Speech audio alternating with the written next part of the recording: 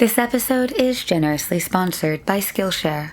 Skillshare is an online learning community with thousands of different courses on a variety of topics.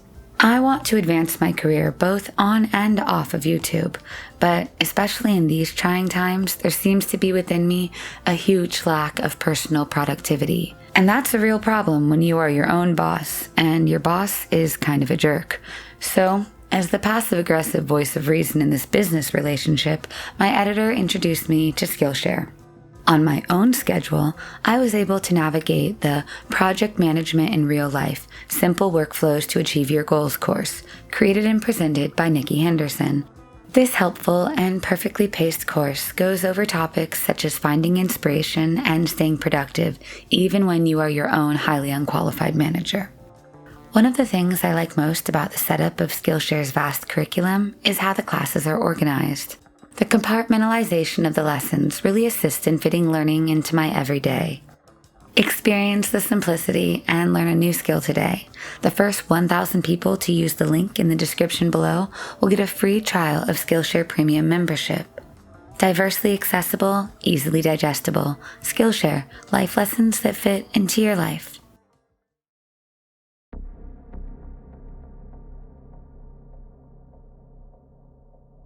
Stephanie Isakson was a 14-year-old teenager living with her parents in Las Vegas, Nevada. Stephanie was a freshman at El Dorado High School. On the morning of June 1st, 1989, Stephanie left her home near Nellis Boulevard and Stewart Avenue at around 6:30 a.m. to walk to her school. She had walked the route to her school a number of times and would usually take a shortcut through a vacant desert lot at Stewart Avenue and Lynn Lane in order to get to her school faster.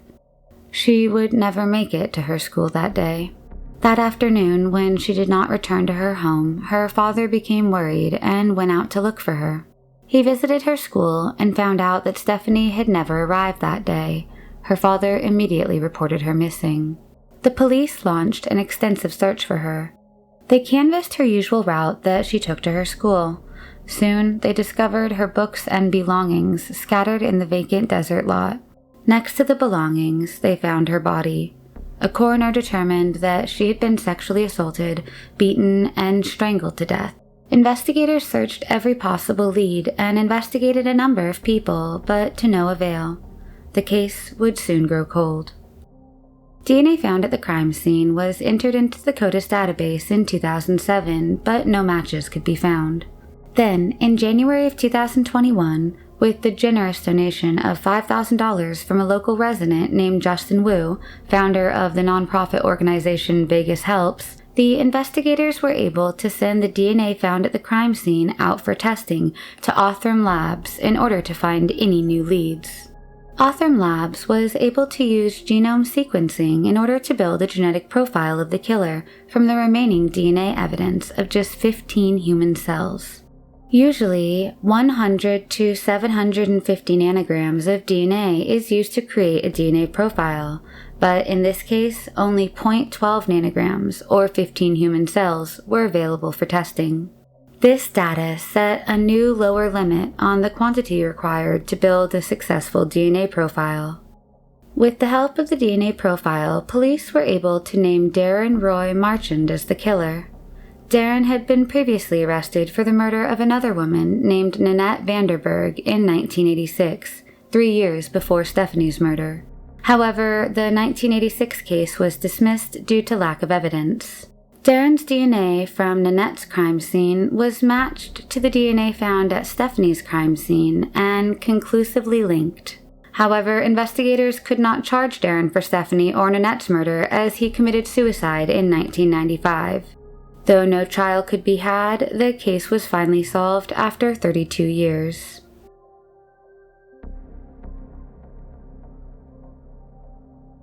Michelle Wyatt was a 20-year-old student who lived in San Diego with her roommate.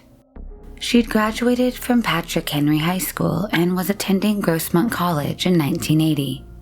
She worked as a cashier at Mission Hills Safeway. Her parents described her as an independent go-getter. On October 9, 1980, Michelle's roommate entered her condo complex at 10586 Kerrigan Court in Santee to find Michelle lying in her living room floor, dead. She immediately contacted police.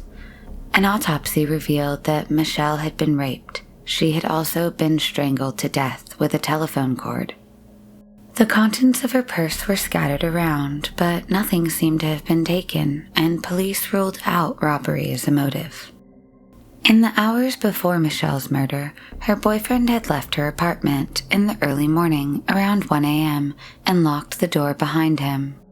Sometime later, neighbors heard screams coming from Michelle's apartment, but nobody called 911. Over the years, investigators would search every possible lead, but to no avail.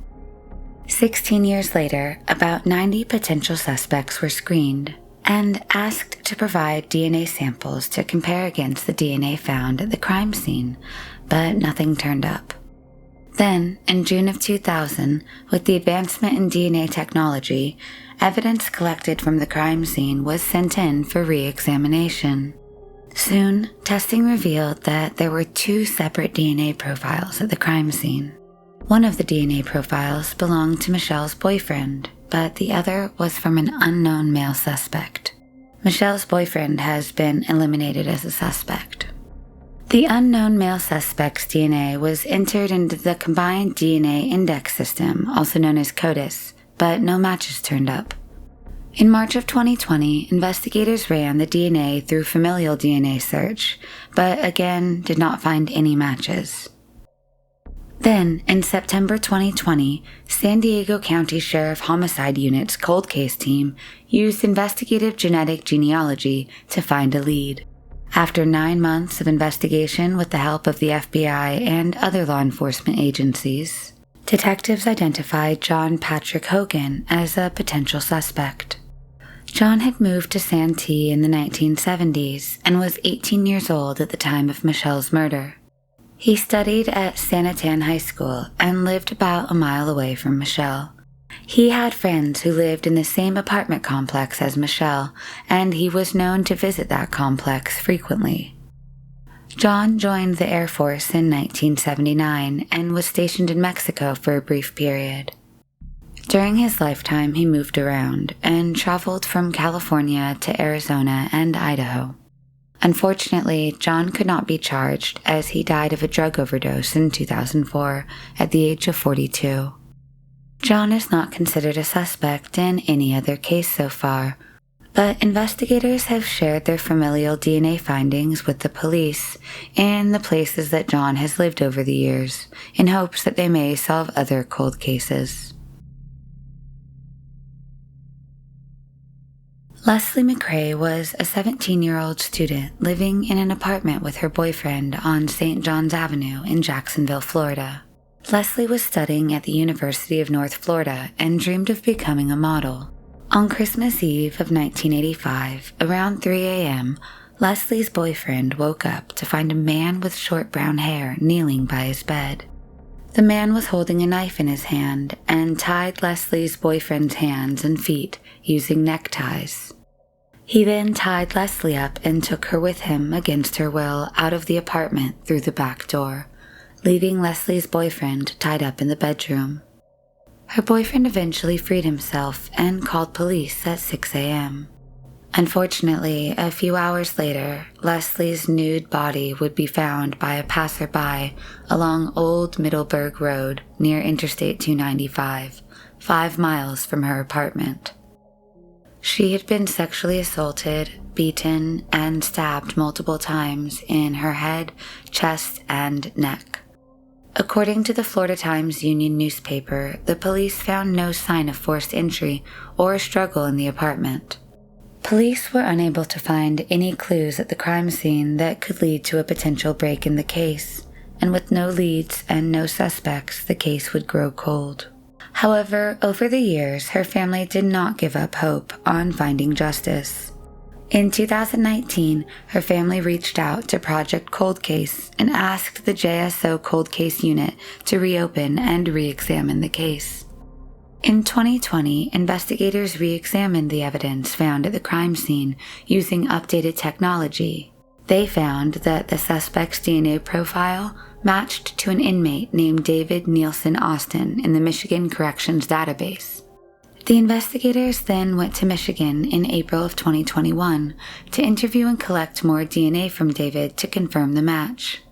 The tests confirmed the match, and in August of 2021, David was charged with first-degree murder, 2 counts of armed kidnapping, and 1 count of armed sexual battery in the case of Leslie McRae.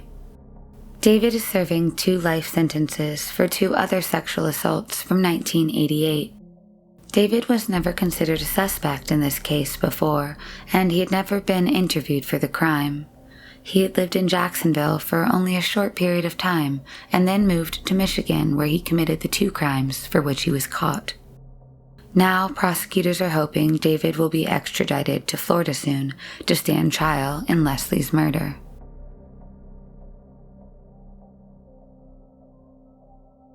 Patricia Kolicki and Lloyd Dwayne Bogle were a teenage couple who lived in Great Falls, Montana. In 1956, Patricia was a 16-year-old studying at Great Falls High School, while Lloyd was an 18-year-old airman from Waco, Texas, who had been recently stationed to Malmstrom Air Force Base. The 2 had met at a party a month prior and had fallen in love with each other almost instantaneously. On January 3, 1956, 3 young boys were hiking along the Sun River near Wadsworth Park in Great Falls, Montana, when they stumbled upon the body of a young man lying next to a car. They immediately notified the police. The young man was soon identified as Lord Dwayne Bogle. He had been shot in the head, and his hands were tied behind his back with his own belt. His car ignition was on, with the handbrake pulled up and its headlights still lit. Nothing appeared to be stolen, as all of his belongings and money were still in the car. The police would soon learn that his girlfriend, Patricia, had been with him the previous night, and she also had not returned home. She was reported missing. Fearing the worst, the police launched an extensive search. The next day, on January 4th, 1956, Patricia's body would be found by a county road worker on Vineyard Road, north of Great Falls. Her body was found about 8 miles from where her boyfriend Lloyd's body had been found. She had also been shot in the head. It is unclear if the police believed Patricia to have been sexually assaulted. She was found fully clothed. The police did not believe robbery was the motive, as all of her valuables, including her money and an expensive camera, were found inside of Lloyd's car. There were very few to almost no clues for investigators to follow, and while police investigated about 35 people over the years, including the famous gangster James Joseph Whitey Bulger, all of them were eventually cleared and the case grew cold. In 2001, investigators sent a microscopic slide of the vaginal swab taken from Patricia's body to the Montana State Crime Lab for analysis. The lab found sperm cells which did not belong to Lloyd, suggesting that Patricia had been raped. In 2019, the Cascade County investigators sent the DNA sample found on Patricia's body in for additional testing to Bode Technology. When they uploaded the DNA sample to the genealogy database, they found a potential familial connection. Soon, investigators were able to narrow down the family tree to an individual suspect named Kenneth Gold, a man born and raised in Great Falls, Montana.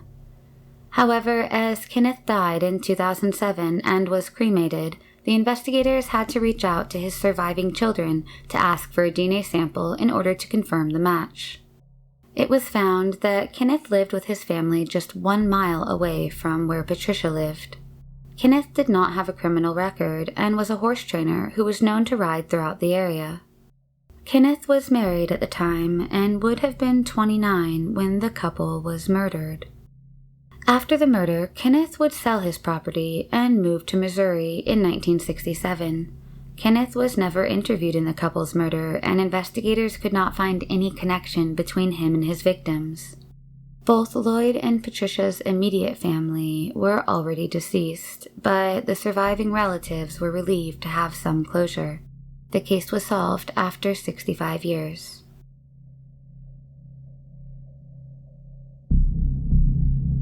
Thank you so much to our Patreons, as well as our sponsors, who make all of this possible.